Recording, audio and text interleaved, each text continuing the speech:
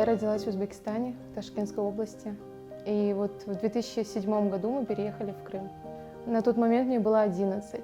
В классе 10-11, когда я поняла, что все же нужно выбрать профессию по душе. Потому что я понимала, что работа, которая не приносит удовольствия, не дает развития. А мне хотелось заниматься тем, что вот мне больше всего нравится. Если оно дано Богом, значит, нужно это развивать в себе. Если в человеке есть какие-то способности, нельзя это просто так оставлять. Поэтому у меня появилось это желание, и я долго к этому шла. Я поступила в КИПУ. Специализация у меня была декоративно-прикладное искусство и народные промыслы.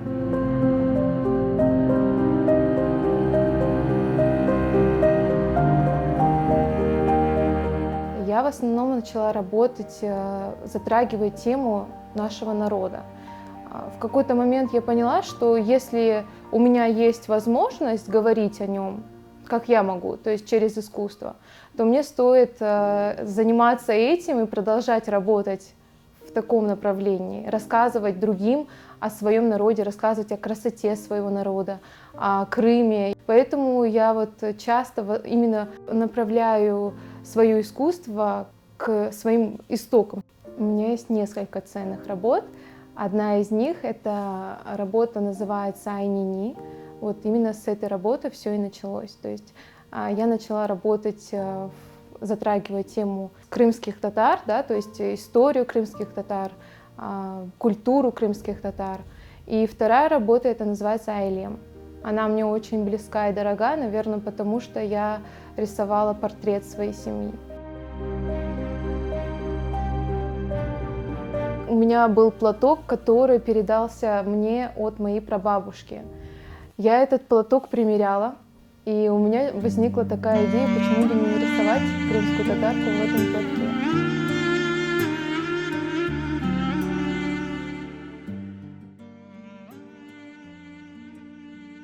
Тема депортации для меня очень важна.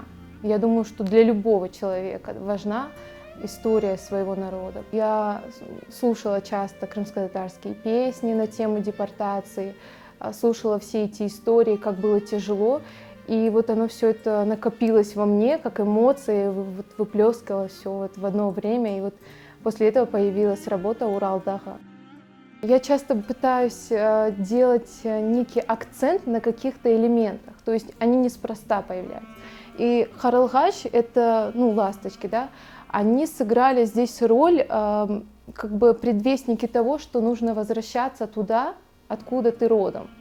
Потому что если наблюдать за этими птицами, мы знаем, что там, где они родились, они возвращаются туда, да, то есть в свои же гнезда.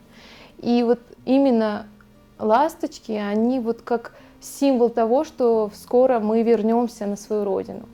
А девушка здесь сыграла роль, скажем так, родины, образ женщины, которая пережила горе, да, то есть наши все-таки матери, наши бабушки, они переживали огромную потерю, потому что умирали в дороге дети, мужья не были рядом, потому что были на войне. Ну и, конечно, я изобразила Урал-Дага, но я изобразила это такие высокие горы, не маленькие, но высокие, немножко такие сероватые, мрачноватые, как образ того, что впереди ждет что-то тяжелое. Но все-таки вот эти птицы — это небольшая надежда.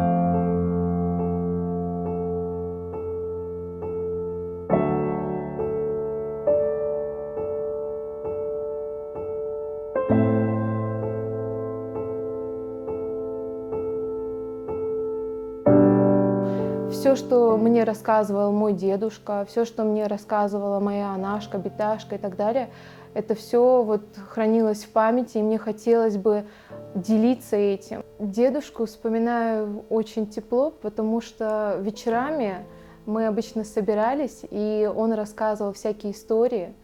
Он очень любил Крым, и все его детство проходило тут. Поэтому единственное его желание было вернуться сюда. Любовь к родине, она вот нам прививалась с самого раннего детства. Крым, я думаю, что это мой дом в первую очередь. Крым — это дом. Без Крыма я себе не представляю свою жизнь. пытаюсь запечатлеть Крым, каждый какой-то вот участок. То, что вдохновляет меня, да, то есть природа, это все, конечно, я стараюсь изобразить на своих работах.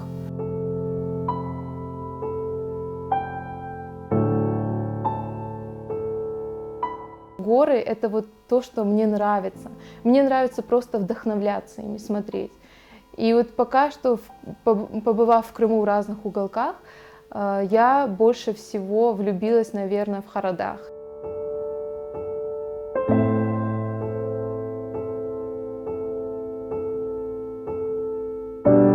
Стремлюсь и работаю, пытаюсь где-то найти свой стиль, потому что я все же считаю, что я еще не нашла себя.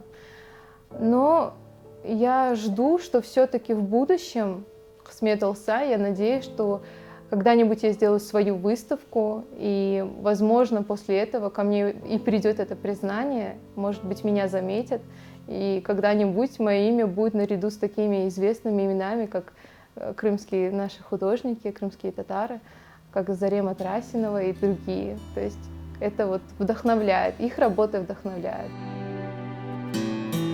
У меня появляется какое-то чувство благодарности, чувство вдохновения. И думая там о семье, о родных, о родине, то есть это может произойти внезапно, и вот у меня, если есть вдохновение, оно тут же вот появляется и на работе моей. Чаще всего я люблю работать гуашью. Кроме того, я еще работаю акрилом. Акрил — это очень интересная тоже техника, можно наслаивать друг на друга, и она быстро сохнет. Я не представляю себя без живописи, без рисунка, потому что это единственный способ избежать какого-то негатива в этом мире. То есть для меня это такой способ. И выражать свои чувства, эмоции, это мне помогает очень сильно. Поэтому в своих работах я пытаюсь часто показать лучшее, то есть доброту, чувство счастья, то есть какие-то, вроде бы казалось, простые вещи, но приносящие на самом деле удовольствие. То есть нужно на все смотреть с радостью.